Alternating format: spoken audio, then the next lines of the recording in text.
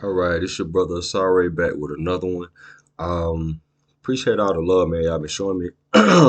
Still climbing. You know what I mean? Still putting out material. Appreciate all the love and support.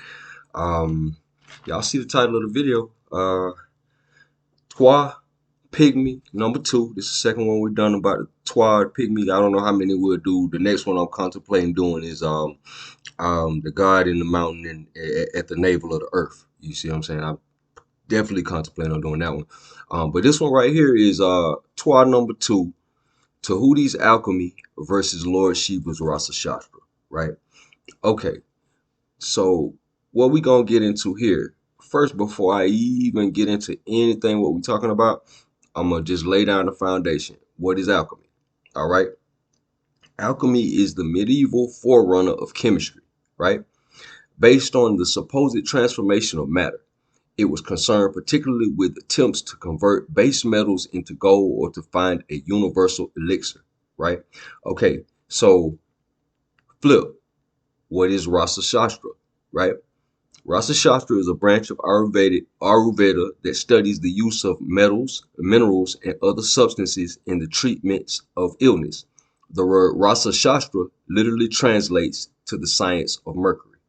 Okay, um, so yeah, and so we're about to correlate this to the pygmies because now I know you asking like what's the connection there when we talking about that's a Vedic thing, and we starting off with the pygmies and stuff like that, which is the precursor to the Egyptian thing, right? So we're gonna get into all that. Um, Matter of fact, the books that we gonna books I'm coming out of today, you know how we do. Um, this book right here. This is gonna be our second venture into this. Let me turn my light down a little bit so I can kind of see. Pygmy Katabu. Mm. Pygmy Katabu. Yeah, got a picture of Bess right there. All right, and we're gonna get into this jump. All right, that jump right there. Rasa Shastra, the Ayurvedic art of medicine making and alchemy, by Andrew Mason. So we're gonna get into that a little bit. So okay, so yeah. So what is Rasa Shastra? Is the science. It's literally translated as the science of Mercury. Now this is relevant because, and I know you're like, okay, what are you even talking about? Okay, so if anybody's familiar with the story of the Emperor of the Qin Dynasty, the Qin Dynasty is what China is named after. Qin Dynasty, China, you get it? Okay, so the Emperor of the Qin Dynasty was historically attributed with uniting the various provinces to of China into one country or whatever have you. He was obsessed with immortality and he died from drinking mercury. Now, when you examine this and you read about it, historians are gonna make him seem like he's just some insane guy or whatever that's just tripping, drinking mercury or something like that, trying to find some immortality. No, Rasa Shastra is a form of alchemy that's practiced in Sri Lanka, India, you see what I'm saying? Indonesia, all that whole area and everything like that. And it influenced his thought process to even do that. So real quick, I'm gonna be jumping back and forth from that Pygmy Katabu to this Rasa Shastra. So we're gonna be jumping back and forth for a little bit. So just to address the thing with the mercury. Okay, so this is the whole section. He goes into mercury. You see what I'm saying? Uh, Okay, so use of mercury-based medicines. Rasa, mercury, is superior to all medicinal substances due to its effectiveness even in minute dosages. It produces no unwanted taste upon consumption. It can be used in all difficult conditions, returning health in no time at all. Scholarly physicians prescribe medicines only for curable diseases, but parada can be administered even in cases of incurable diseases. Hence, rasa and its preparations are superior among all medicines. And that's a quote coming from a man called Masindra Sada Sagraha. Okay, so just to kind of paint the context of what they're talking about. In this, he talks about purifying different metals and minerals and things like that, or whatever, the different phases of purification and everything like that, the different methods of purification and the various metals and what they do medicinally and all that. But before we get into all that, okay, that's more of a reference material. Okay, let's go back. So what are we even talking about? We corresponding all this with the 12, talking about Tehuti's alchemy versus Lord Shiva's Rasa Shastra. We just kind of illustrated that alchemy did survive, not just the mental alchemy of transmutating one mental state to another mental state. As we're going to see in this discourse, as we get into it, we're talking about physical alchemy or whatever case may be. If we go into, let's say, if you look up, let me see here. Uh, let's see. Who is Hermes Trismegistus, right? Hermes Trismegistus is a legendary figure who is said to have written many wise texts and considered the creator of hermeticism, right? Okay, what is the philosopher's stone? Okay, Hermes Trismegistus is like a Greek version, Hermes thrice great, or what have you. He's given credit with basically creating the seven liberal arts. He's given credit with um, several different things or whatever, creating alchemy, creating music, creating, language, all manner of things or whatever case may be. So he's a legendary figure that pops up throughout history. The name Hermes is a spin of the Greek of Mercury, which is a spinoff of Tehuti. Hermes, Mercury, uh, Rasa Shastra, the science of Mercury. Y'all kind of getting what we going, the direction we're going in with this. Okay, so what is the Philosopher's Stone? The Philosopher's Stone is a legendary substance in alchemy that was believed to have power to transform metals, turn base metals into gold, lead, copper, zinc, or iron into precious metals like gold or silver, create an elixir of life, grant immortality, cure disease, and rejuvenate the drinker. Right? So we keep seeing those two things pop up as it pertains to alchemy. And when we start talking about the philosopher's stone, we see those two things pop up. It's changing base metals into gold, and then it's talking about some sort of elixir of immortality. So let's kind of get into this. Okay, so what we're gonna do, we're gonna keep that and we're gonna hold that because I know I know some people ain't gonna watch this whole video. I don't know how long this is gonna be, so I just want to kind of prime the pump real quick, give you a little taste of what we're talking about. And now we're gonna go into how does this even tie into the pygmies? Okay, so in previous videos, we discussed the four phases of culture in Egypt, right? And we're getting this from Natural Genesis, Gerald Massey's Natural Genesis, I think, volume 2. He talks about the four phases of culture in Egypt. The four phases are the Sabean phase, the lunar phase, the Solo-Lunar phase, and the solar phase, right? Those are the four phases of culture as far as Egypt is concerned. Now, the first phase of culture, which is the Sabean phase, is star-based, it's stellar, okay? The Typhonian Sabean phase is Ophidian, right? Ophidian means snake worship. I think the first occurrence, if you look it up, the first occurrence of snake worship is documented in like Botswana in 70,000 BC. So it's an old phenomenon. We're talking, like I said, 70,000 BC. Think about that. Okay, so the Typhonian Sabean phase is Ophidian. This is a period of time going back tens of thousands of years on into the pre-dynastic phase. Okay, so according to the Vedic calendar, this would be prior to our current phase of Kali Yuga. So this must be kept in mind or whatever case may be. If we currently in Kali Yuga and we came down into that, so these prior phases that I'm talking about, despite how technologically inferior we're taught to think these people were, on some level they had to be superior to us, potentially spiritually, as we're going to see, reminding us that we are in entropy. Entropy is the slow breakdown of something over time, or whatever case may be. So many things have broken down. We talked about that on another video. Semantic entropy, the meaning of words have broken down, or whatever. That's another reason why in a lot of these videos I'm getting books and reading from books. Some of these books were written before I was born. You understand? So because we can establish some manner of concrete context, because a lot of things that we talk about on a lot of these videos, you're not gonna see it on the internet. Ain't nobody really talking about it on the internet. Internet is really obscure information, and on the internet you can hide things. But when I go into these old books, people tend to be telling the truth. You see what I'm saying? And the information has not deteriorated. You see what I mean? Okay, so okay, we're in a place of entropy right now, as far as the breakdown of different things or whatever case may be. The Sabean phase is synonymous with Kush, like Ethiopia, like Kush. You know what I'm saying?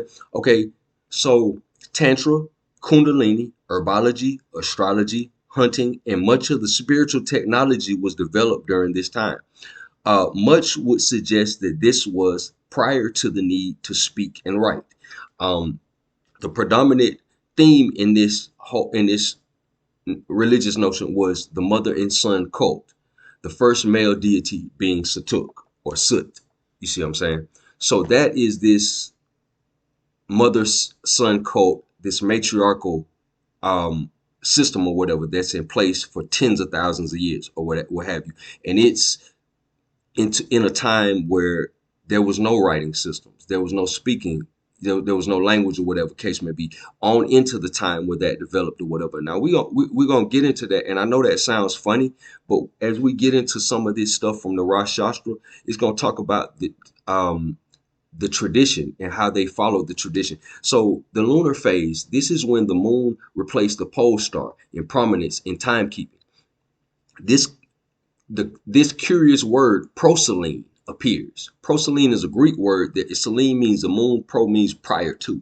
So this is a proselene would refer. Google it. Be my guest. Proselene is appear. It refers to groups of people that existed prior to the moon being in the sky. I think in this specific context, they're talking about the Pelagians. When they talk about the word proselyne, in a lot of cases it applies to the Pelagians. The Pelagians were the pre-Hellenistic Greek people. Before the Hellenistic Greeks, you have the Pelagians, and those were the amalgamation of African tribes that came up and basically built all your cities in Greece, Attica, Athens. If you look up the greatest hero prior to Hercules in Greek mythology is Perseus. Perseus is a Pelagian. You see what I'm saying? So they're big in that whole thing. So okay, that word appears suggesting people existed before the moon was in the sky, suggesting that the moon wasn't always there, corresponding with the South African tale told by Credo Mutwa. And he talks about how two brothers basically drove the moon where it is now. And that's a whole nother story, a whole nother conversation. The lunar phase in pre-dynastic times was the time frame of the Ptah or the Pygmies. Okay, so when we get into the Ptah, I know in a previous video we were talking about the Sabean, Typhonian, Draconian cult in ancient Kemet or what have you. That's a particular phase of time, and then you run into a transitional phase when you get the moon takes prominence and everything like that. So as Gerald Massey talked about, when the moon takes prominence, a lot of the attributes that were attributed to Soot, as far as all the attributes of Osiris, all the attributes of Ptah, all the attributes of a lot of your male deities or whatever, they get transferred to Tehuti. They get transferred to Osiris. They get transferred to Ptah and everything like that. The attributes of Satuk during this time or whatever case may be in this lunar phase. Okay, so when I talk about the Pygmies or the Twa and how and their association with the moon or the lunar phase, um, I know a lot of people like, okay, how are you even getting that? Okay, so here we go. I'm gonna go into page 107 out of Pygmy Katabu. You see what I'm saying? Um, let's see. The divine commandments were originally this chapter is called the Angel of the Moon. Okay, the divine commandments were originally delivered to mankind according to every pertinent pygmy legend by a deity who dwelled on earth before he mysteriously ascended to heavens. Some pygmy bands believe that God is a solemn old man who lives in the moon. Others maintain that the deity has his principal residence in the moon, but spends much of his time traveling among the stars to keep constant watch over human affairs. He accordingly stationed his chief servant, messenger, or angel on the moon. The latter theory, reported Trillis, is favored by the Pygmies of Gabon and Cameroon. The moon, except in certain legends is neither a divinity nor a spirit, but it is inhabited by a spirit, Rutwa, or Idris, messenger of God. So, okay, so the man in the moon is also often associated with Enoch, the biblical Enoch. You see what I'm saying in certain contexts, uh, who watches men and transmits his observations to God. Even though he is not wicked, it is better to avoid exposing oneself to his gaze. In Ife country, near the mountains of the moon, the Pygmies tell many wondrous stories of the celestial journeys undertaken by God and his chief assistant, the good spirit, God or angel of the moon. God is usually represented as the original source of the commandments, the lunar angel as the intermediary who transmits the deity's laws to the primordial Pygmy nation. The angel is identified with Efe, the first man and epitomous ancestor of the Efe of the Efe Pygmies. Like God, Efe ascended to heaven where he took up office as the lunar angel during his earthly reign as the fatherly ruler of the ancient Pygmy nation. He not only gave the divine commandments, but invented every form of spiritual and material civilization. In this capacity, Shibesta describes him as a civilizing hero. His career was interrupted by the murderous dragon, but he was gloriously resurrected by the dragon slaying sun incarnation, whom Shibesta calls the legendary savior. Okay, so that's again the Christ story, the Osiris story in the Pygmy story. This is the prototype for that. Osiris, the Egyptian victim of the dragon and father of the Savior, was likewise represented as a civilizing hero and a giver of law. Plutarch's treatise on Isis and Osiris comments on this phase of his career. Osiris being now become king of Egypt, applied himself towards civilizing his countrymen by turning them from their former indigent and barbarous course of life. He moreover taught them how to cultivate and improve the fruits of the earth. He gave them a body of laws to regulate their conduct by and instructed them in that reverence and worship which they were to pay to the gods. With the same good disposition, he afterward traveled over the rest of the world, inducing the people everywhere to submit to his discipline, not indeed compelling them by the force of arms, but persuading them to yield to the strength of his reasons, which were conveyed to them in the most agreeable way in manner, in hymns and songs accompanied with instruments of music, from which last circumstance the Greeks conclude him to have been the same person with the Dionysus or Bacchus. The painted judgment scene, let's see here, the painted judgment scene of the Book of the Dead shows the otherworld hall of the double law or truth where the divine lawgiver Osiris presides as judge of the dead. Every defendant who came to trial in the supernatural courtroom had to make 42 negative confessions in which he uh, he truthfully swore that he had not violated the Egyptian commandments. The lofty nature of this code may be judged by the following extract from the negative confessions. It says, I have not done iniquity to mankind, not have I caused pain, not have I made to weep, not have I killed, not have I made the order for killing for me, not have I done harm to mankind, not have I despoiled, not have I robbed, not have I spoken lies. This is where the Ten Commandments comes from. The biblical Ten Commandments comes from. Osiris's legal code rather strikingly resembles the Pygmy Sinai-style commandments. The legendary history of Osiris echoes the Pygmy stories of the ancestral lawgiver. The Ife legends tell of how this civilizing hero ascended to heaven and assumed his role as the patron saint or angel of the moon. A similar ascent was attributed to Osiris and to another Egyptian divinity, Thoth, who may represent Osiris in the specific role of moon god, since he was portrayed like Osiris as the civilizing hero and the begetter of law. Okay, so you see how, okay, so it's a group of deities that are kind of encapsulated in this whole Pygmy mythos, and they're all of a lunar nature. You're gonna get Tehuti, you getting Thoth, you're gonna get Ptah in a minute, but it's for a different reason. You see what I'm saying? Excuse me. The Greeks identified Thoth with Hermes, like I was saying earlier about Hermes Trismegistus, their god of invention and the angelic messenger of the gods. In the gods of the Egyptians, Bud summarizes the Greek account of Thoth as the civilizing hero. They describe him as the inventor of astronomy and astrology, the sciences of numbers and mathematics, geometry and land surveying, medicine, botany. He was the first to found a system of theology and to organize a settled government in the country. He established the worship of the gods and made the rules concerning the times and nature of their sacrifices. Let's see. He composed hymns and prayers which men addressed to him and drew up liturgies, basically liturgical works. He invented figures and letters of alphabet and the arts of reading, writing, and oratory in all these branches, and he was the author of every work on every branch of knowledge, both human and divine. Like Thoth and Osiris, the ancestral Ifa lawgiver is represented as the inventor of all arts and sciences, the Pygmies, healing arts, or medical and pharmaceutical sciences, right? Okay, so when we start getting into some of this Rasa Shastra, some of this um,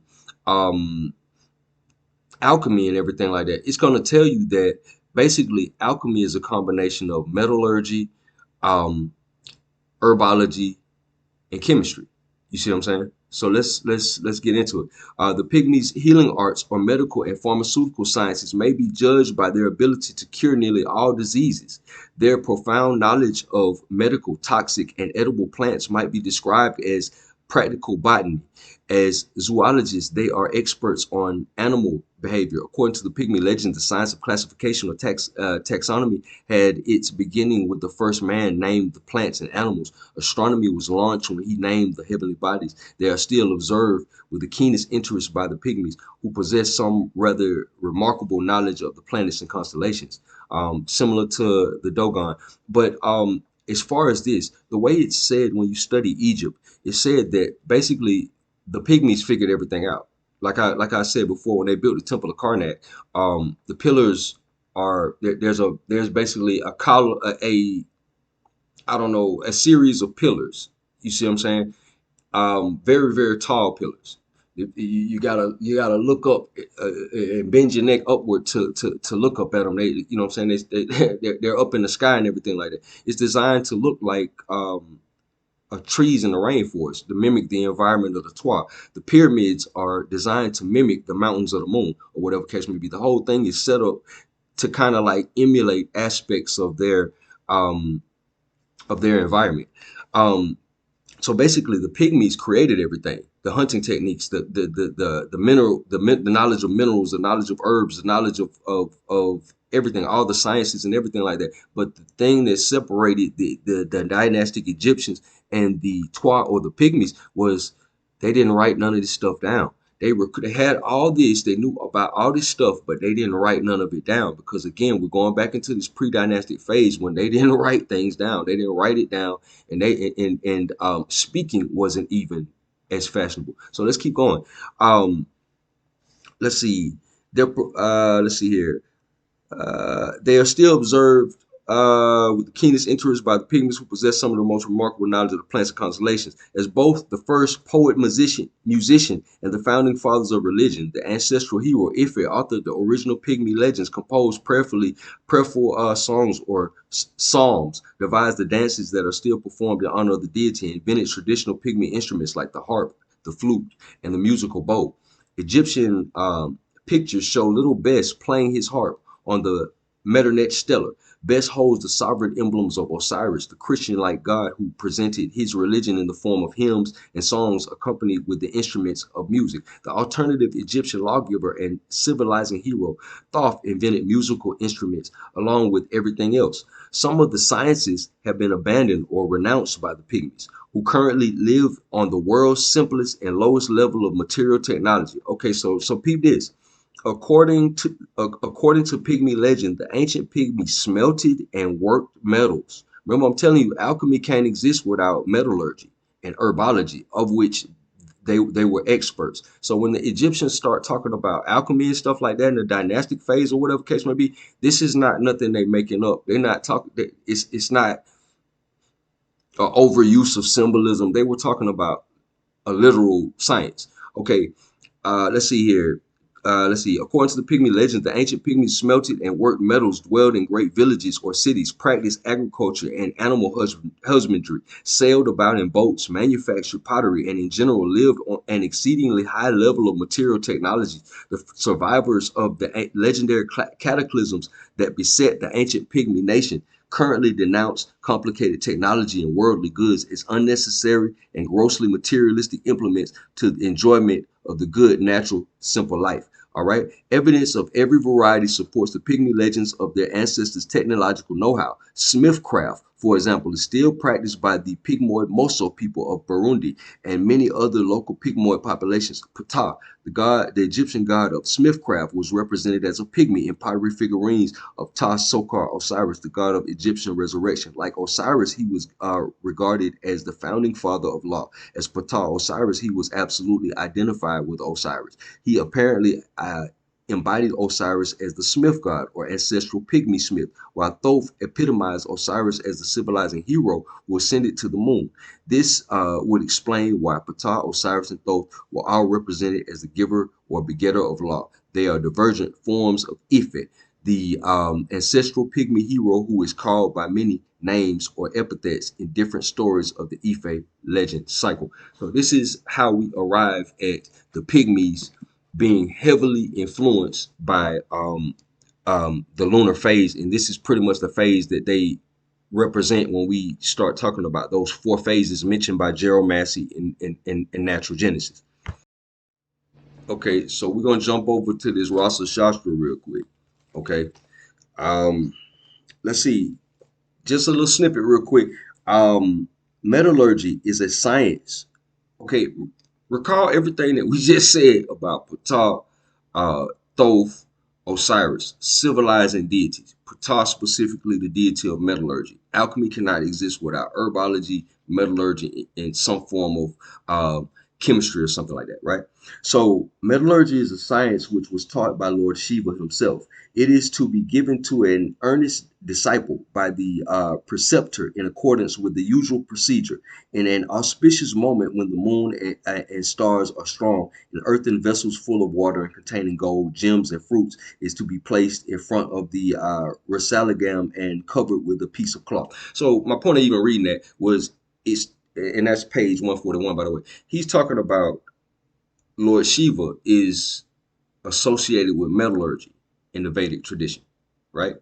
So as we start getting into some of this stuff, this alchemical thing, that's a picture of Shiva on the front.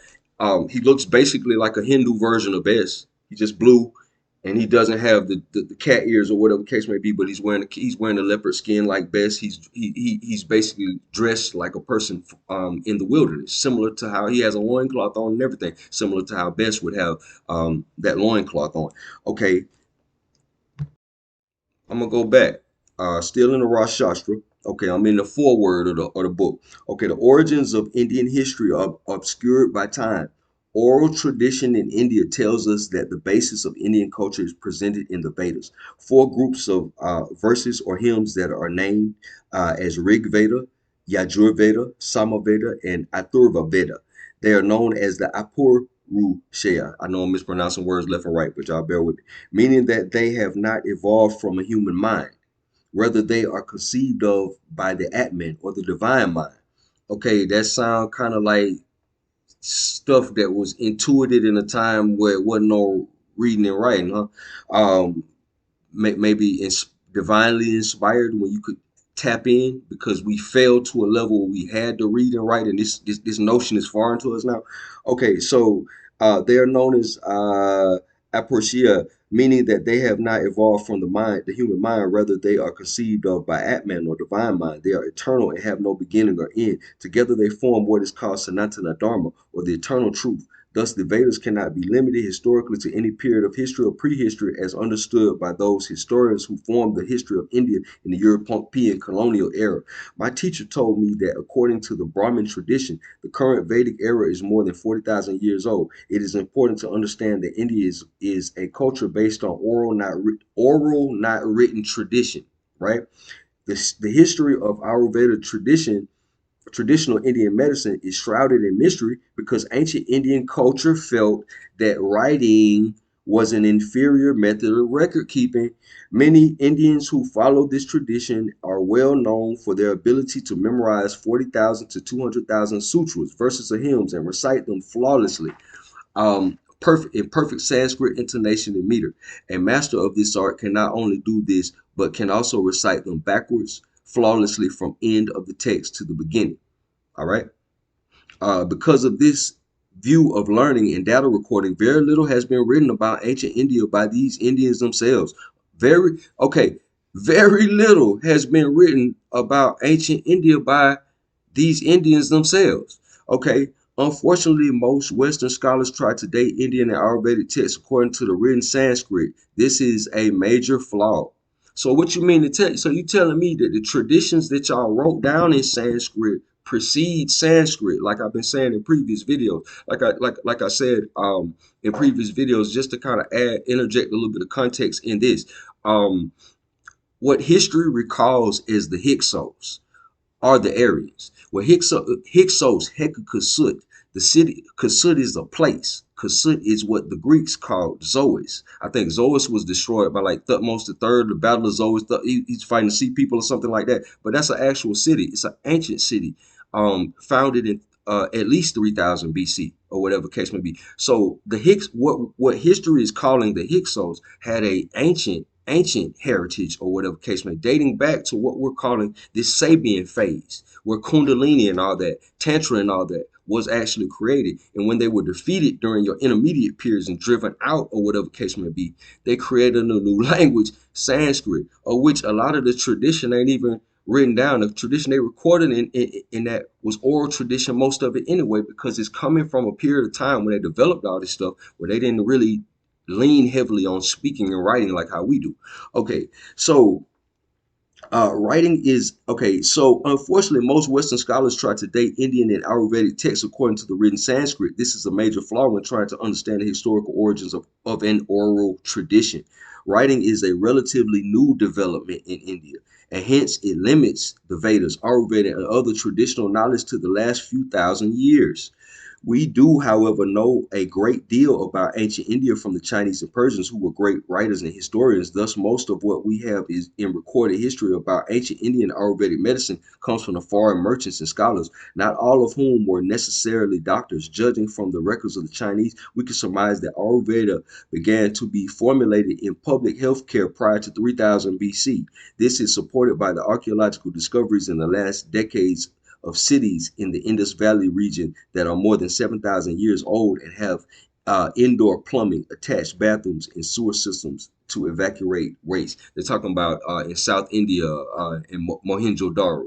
South India is the home of the Dravidians, the Dalit people,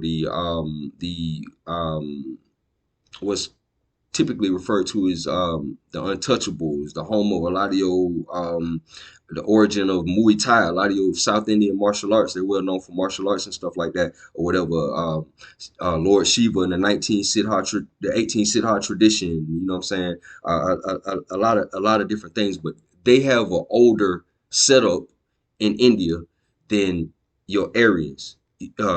Coming from the north or whatever, they've been there longer, and we'll get into that a little bit later as well, because Tamil has some sort of connection with West African languages, as well as its people um, near the equatorial region. You see what I'm saying? I believe in Cameroon, Africa, that speak Tamil. You see what I'm saying? The Bassa tribe, Bassa, Bess, because remember in Pygmy Katabu, we go into that. Bess comes from, we get Pusu, which means cat. You understand what I'm saying? Which the P and the B are interchangeable, so you get Besu on into Bess, and and Bassa is a derivative of that. So I mean, that's we'll continue to get into this. All right, this is we going back into Pygmy Katabu. This is page 118. Um, Unlike the stories of the Bible, the Pygmy legends have no standard or authorized versions. They are narrated by elders of the 700 or 800 Pygmy bands that survived in the present day Ituri. Although greatly reduced by the agricultural and economic activities of the Negro and European invaders, the forest is still several times larger than my native country, Belgium. Okay, so when they call, you notice the Pygmies, according to them, they call the other Negroes invaders. You see what I'm saying? They just, to them, they're like the Europeans. They're the indigenous people. Like it's been said on the previous videos, to them, they're like the Native Americans are to us, in America, and that's a whole mixed bag. I'll have a video coming shortly. We're gonna get into some of this. Lanier Davis, shout out to that brother.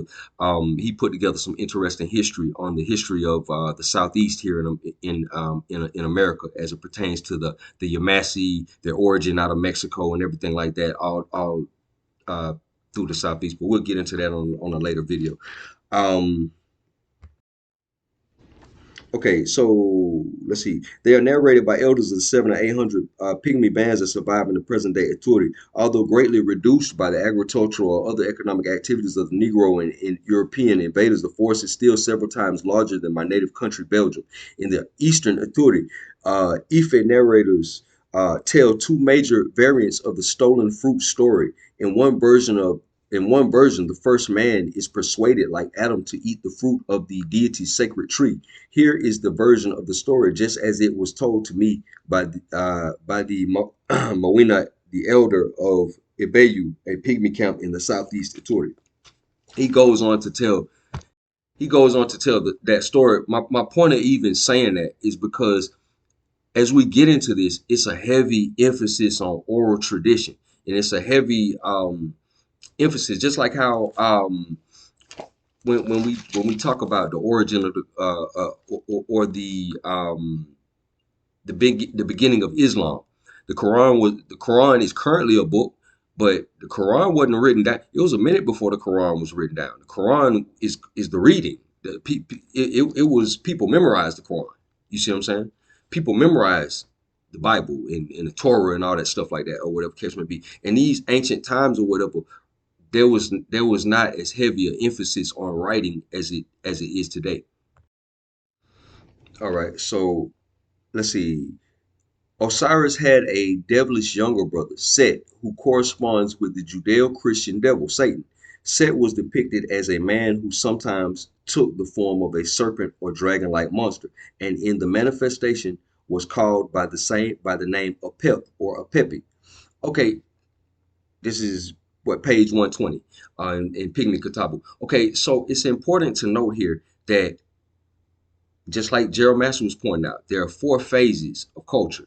We're dealing with the first two phases. So as we can see, it's a transition here from the serpent being a wise creature, the serpent wisdom and all this stuff like that, and they're a benefactor to mankind and all that stuff like that, into now the serpent is being vilified. So you have to think beyond a religious mind frame or whatever case may be. You have to understand what's going on as far as like you can't be so attached to any character or archetype in the stories to the point where you lose the pace of what's going on or whatever case may be. You're dealing with two phases. One phase is the Sabean phase that preceded this, and then now all the attributes of Osiris come from Satuk. All the attributes of Tehuti come from Satuk, or what have you, or whatever. So now in this phase, Satuk becomes a devil because this new cult is coming in and the old cult is coming out.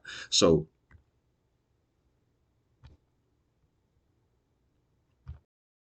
okay, the Zoroastrian devil or prince of darkness, um, Ahriman collaborates with the wicked dragon. Both will be defeated in the apocalyptic future, according to the legends of the ancients.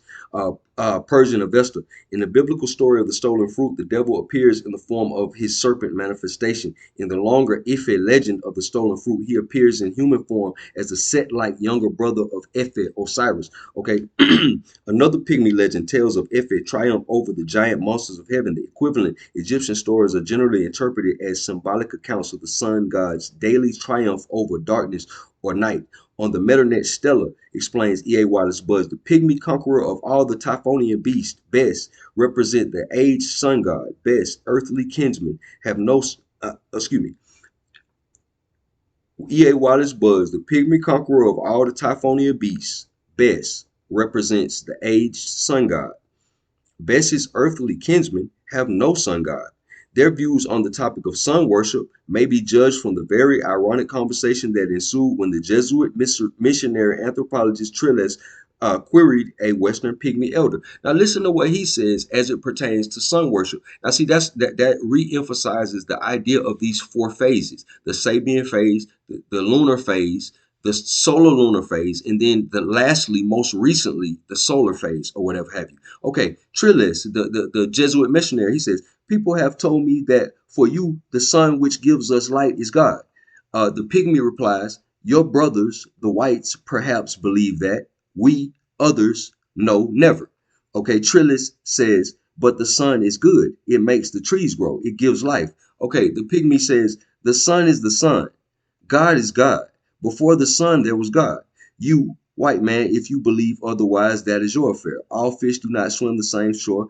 The rahu bird or the ibis bird flies to the top of the trees. The aardvark digs in the earth below. We are we. You are you. Enough, we are fatigued. So he basically, man, he basically telling you, bro, that's ridiculous. I'm tired of talking about this. You know what I'm saying? Maybe y'all believe, maybe y'all think like that.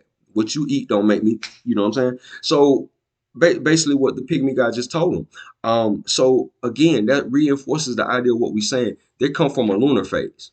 You see what I'm saying? Sun worship wasn't established yet. He said the sun is the sun, man. What you talking about? You see what I'm saying? So they weren't sun worshippers, as opposed to when we get to the Ishvaku dynasty in the Vedic tradition, the first dynasty of the Bharat, as it's called or whatever. They're the solar dynasties. They worship the sun. The solar phase is a later phase. You see what I'm saying? So that's how we know they come after the Twa. If there was any doubt in that. So let's go back. Um, So when we spoke about the Philosopher's Stone earlier, okay, what is the Philosopher's Stone? It's a legendary substance in alchemy that was believed to have the power to transform metals, turn base metals like lead, zinc, copper, or iron into precious metals like gold or silver, and create an elixir of life, which grants immortality, cures disease, and rejuvenates the drinker. Right? Okay, so okay, that's what the Philosopher's Stone is, right? Rasa Shastra. This is coming out of page 29. Mm. Matter of fact, yeah, we're gonna come out of page let's see, page 43 in the book Rasa Shastra, right? Okay.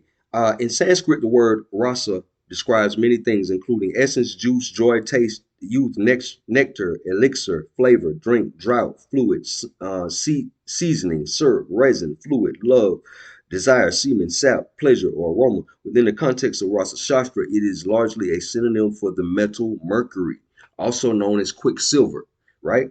The word Shastra means authority, knowledge, tradition, treatise, science, study, compendium, manual, rule, scripture, tool, method, discipline, body of teachings, excellent and reliable counsel. The term Rasa Shastra therefore might be translated as the science of Mercury. Legend says that this science was bequeathed to mankind by Lord Shiva, right? Himself. He being the deity most directly connected with the alchemical arts.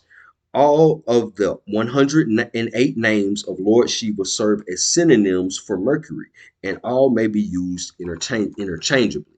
So, how we were talking about Tehuti, we were talking about that's the Roman Mercury.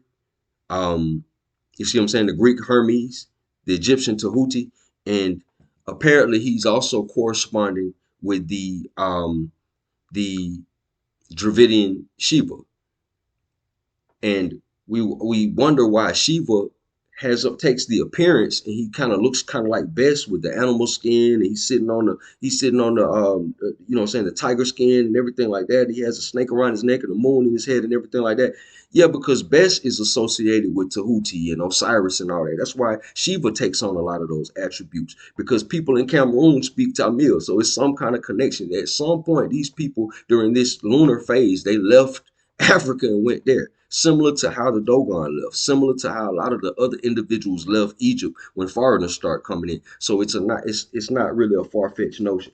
So okay, when we speak about the philosopher's stone, we're dealing with two things: turning base metals into gold, and we also talking about creating an elixir of life. Rasa Shastra encompasses two inroad or pathways. Firstly, Loha Sita, referred to the transmutation of lower metals into noble metals such as gold and silver, and the second pathway, dihasita, referring to the act of physical transformation, that is to make the human body imperishable, immortal. The underlying aim of both practices was neither superficial nor materialistic, but to establish a harmonious, prosperous, and peaceful society through the use of these alchemical techniques. Rasa Shastra is very much a living tradition in both India and Sri Lanka, but these days it focuses on bodily rejuvenation, increasing fertility, and reduction of senility in older people. This is achieved through the use of both organic and non-organic materials and is referred to as Rasayana, a word meaning Mercury's pathway.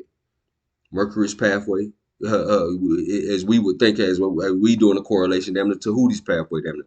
Okay, many of these ingredients in their raw state are not normally associated with having medical value. Don't none of y'all go and get no thermometer, break it open, drink mercury or nothing like that. Think you're gonna get some medical benefit. It's a particular process, a method, like how we were talking about before. Um, he talks about the various phases of purification of any metal or mineral and stuff like that. They go through a purification phase. There's certain things that get mixed with it in certain temperatures, and certain things got to be in or whatever. He goes into the whole process. A lot of this stuff is corresponded with astrology and stuff like that. You do certain things at certain times. You prepare certain things at certain times. You take certain medicines at certain times. It's a preparatory phase that he talks about prior to even taking any of those type of medicines. You got to purify the body to a certain extent. So it's a whole method. It's a whole process that a person would go through to undertake this. Let me see here. Ayurveda also uses the term Rasayana to describe the actions of certain herbs and or the practice of imbuing formula regenerative life-extending capabilities, all of which aim to impart the body with youthfulness. When reviewing the extensive range of Ayurvedic formulations, it is interesting to see just how many formula have a Rasayana energetic ascribed to them. So basically the same thing that the Philosopher's Stone or Hermes Trismegistus is talking about. And if you look that up, you're gonna see like when you get into all this literature, you get all these spin-offs. They always spin you off as it pertains to alchemy. They spin it off into mental alchemy. Mental alchemy is a thing, you know what I'm saying? That's referred to in the Kabbalion and various other literature, what have you. But when they talk about alchemy in ancient Kemet, they not talking about nothing philosophical. They talking about a real science. How I know they talking about a real science because I shouldn't be able to pull out a book on Rasa Shastra and he tell me how to build a kiln and what minerals and plants to mix together to make some substance that's supposed to be digestible. So you see what I'm saying? So and also if we're incorrect about our supposition about these sciences and things being started in Africa and making their ways over to places like India and everything like that, because if you observe Vedic astrology, it's sidereal, it's based on the stars or whatever case may be, unlike Western astrology, which is tropical, it's based on the seasons or what have you. You see what I'm saying? Which is based on the sun. Solar phase comes after the lunar and stellar phase. You see what I'm saying? They were making changes and stuff like that. And when they left, they kept the old way. You understand? So you can, I don't have to have a step by step, blow for blow, you know, what this person and this person did. I can eyeball the symbolism of their civilization and know the phases of history and tell that that's African in origin. So that's, you know, just to kind of let that be known. Okay, so we talk about the 101 names of Shiva are synonymous for Mercury. Shiva is associated with Chandra, the moon. He wears a crescent moon on the side of his head or whatever case may be. He looks like basically a tall blue version of Hindu version of Bes. You know what I'm saying? He dances like Bes. The Rasayana, like we talk about, those are longevity sciences. You see what I'm saying? So in conclusion, we can trace, you know, various cultures through their symbolism, language, and stuff like that. Sometimes when you don't have the concrete information or whatever, you can use peripheral sources and stuff like that. You can trace some people by their language and tell where they come from. Uh, yeah, so that's we're gonna get into probably one of the next videos to come. We're gonna get into this idea of a God that lives in the mountain. Um, Next to like a paradise or something like that, or the God that gives commandments from around, because every time you see that theme, you're gonna see the mountain being at the center of the earth. Now it's only one center of the earth, but the mountain is gonna be always at the center of the earth. It's gonna have some sort of paradise at the bottom. The mountain can probably gonna be volcanic, whether it be Mordor or the Mount Olympus or whatever the case may be. Coincidentally, we're talking about Shiva. Lord Shiva is on Mount Kailash or is associated with Mount Kailash. You see what I'm saying? I think Indra is associated with a specific mountain. So this is a common theme or what have you. But let's get into this real quick. We're gonna get into this Pygmy Katabu, page 132. I was about to go to conclusion, but there's one more little couple of tidbits I want to add in. The Ifa deity is associated with the moon and the mountains of the moon. No coincidence that in the whole Vedic tradition, it's a lunar dynasty. You see what I'm saying? It's like we're talking about the Solar Dynasty might very well be what history recalls as the Hyksos or the Hyksos or the rulers or the lineage from Zois that goes back at least 3000 BC. We just call them the Hyksos and give them a crazy rap in history or whatever case may be. That's the Solar Dynasty. You see what I'm saying? But they also make reference to the lunar dynasty or whatever. It's no coincidence that you have a lot of lunar motifs that reference the mountains of the moon. But the Ifa deity is associated with the moon and the mountains of the moon, which is located on the border of Zaire in Uganda. The mixed Hamite folk of Uganda, Rwanda, and Burundi call their territory by the traditional name Unyamwizi, the land of the moon. The divine kings of the former Watusi royal courts were regarded as successive incarnations of a good and beautiful angel who was sinfully slain and therefore made his messianic return in the person of each Watusi king. This concept certainly appears to be connected with the Egyptian, legend of Osiris, the virtuous lawgiver and benevolent king who was murdered by the devilish Set Apophis. As the lunar divinity, he wore in his headdress the crescent moon and the echoes the pygmy crescent ornament. In pygmy religion, this is a symbol of the good spirit god or angel of the moon. Shabesta correctly affirms that the pygmies' moon mystique is wholly alien to recent Negro invaders of equatorial forest. In the Watusi land of the moon, the crescent is used to decorate all kinds of artifacts. Okay, let's see here. R. Burgess interpreted the Watusis as the descendants of pre-Mosaic Semites. The angelic ancestors of the Watusi king was crucified or nailed to a tree with iron spikes, according to the legend told in Rwanda and Burundi, a few degrees south of the equator. In the Norse poem of Havamal, Odin hangs on the world tree at the center of the earth. Right, y'all, okay. He was represented as Father God, King of Asgard, the ancestor paradisical city near the center of the earth. His Greek analog Zeus was wounded in the hands and feet by the devilish cosmic serpent Typhon, who attacked the Olympians' paradise at the center of the earth. The New Testament Christ was wounded in the hands and feet when he was nailed to the tree of crucifixion or fatal tree of Eden at the center of the earth. In John 19:32, he is pierced in the side by the spear. Pierced by the spear, Odin hangs on the world tree of the Germanic legends. All of the wounds were healed according to the Watusi legend when God took the crucified angel up to heaven. So, you know, yeah, just to kind of touch on that, I think that's, I think we covered a lot of ground. I just wanted to kind of make the comparison as far as uh basically the Hindu tradition as far well, I really like to separate them. The Dravidian tradition as far as, Shiva. I think Shiva is a carryover of Tehuti, and I think that there is a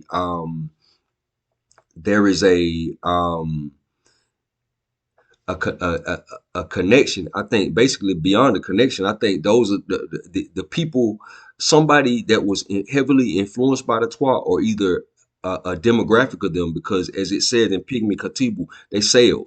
You see what I'm saying? They had high technology. So I think that they left at a far gone area in the lunar phase or whatever case may be. And your Dravidians are some aspect of them, or they have, because that's why Shiva and Bes are so similar. And as you can see, they are very similar. You see what I'm saying? In various different ways or what have you. And I think that Shiva also bleeds into Tehuti, because Bes bleeds into Tehuti and Osiris or whatever. So I think that that's a unique connection. And last thing, if y'all care to find it, if y'all care to look it up, I don't know if I can see my screen looking crazy, but I have an article here. It's talking about the Tamil-speaking African tribe Cameroonian connections. The Cam, uh, Cameroon, a country in Central Africa, is known for its rich artistic diversity with over 250 ethnic groups, each with its distinct language, customs, and tradition. Among the numerous fascinating aspects of Cameroonian culture is the actuality of a community whose verbal ties trace back to Tamil, a ancient language spoken primarily in South India and Sri Lanka. The Tamil speaking African lineage of Cameroon, frequently associated with the Bassa people. Bassa, like how we talked about, Pusu gives you Besu, which gives you best, and Bassa is a derivative of best.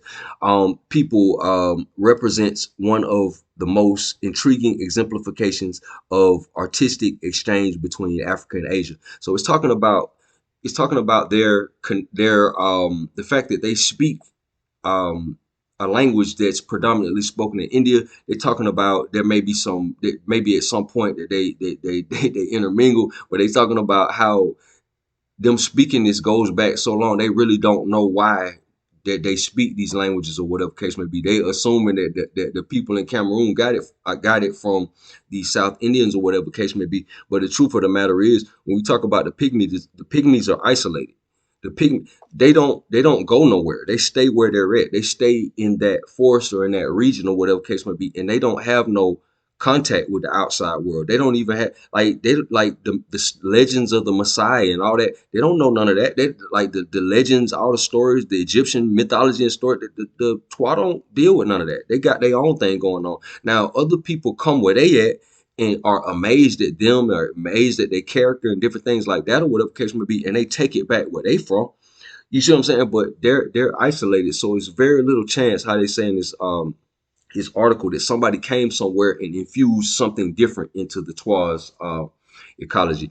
But yeah, that's just the second video I want to do on the Twa. I thought that was a interesting piece because the Twa are always given credit for creating everything that's Egyptian. That their only thing was they just didn't write it down. The dynastic Egyptians wrote it all down or whatever case may be. But it's interesting as we get into this pre-dynastic period, the two predominant phases that we're gonna have, your Sabean phase and your lunar phase, and it's interesting just to see what comes out of that in Africa as well as in other places. But appreciate y'all checking me out. I know this was a longer one. You kind of had to bring your attention span on this one, but I hope y'all were able to get something out of it. Um, appreciate y'all checking me out. Um, Peace and love.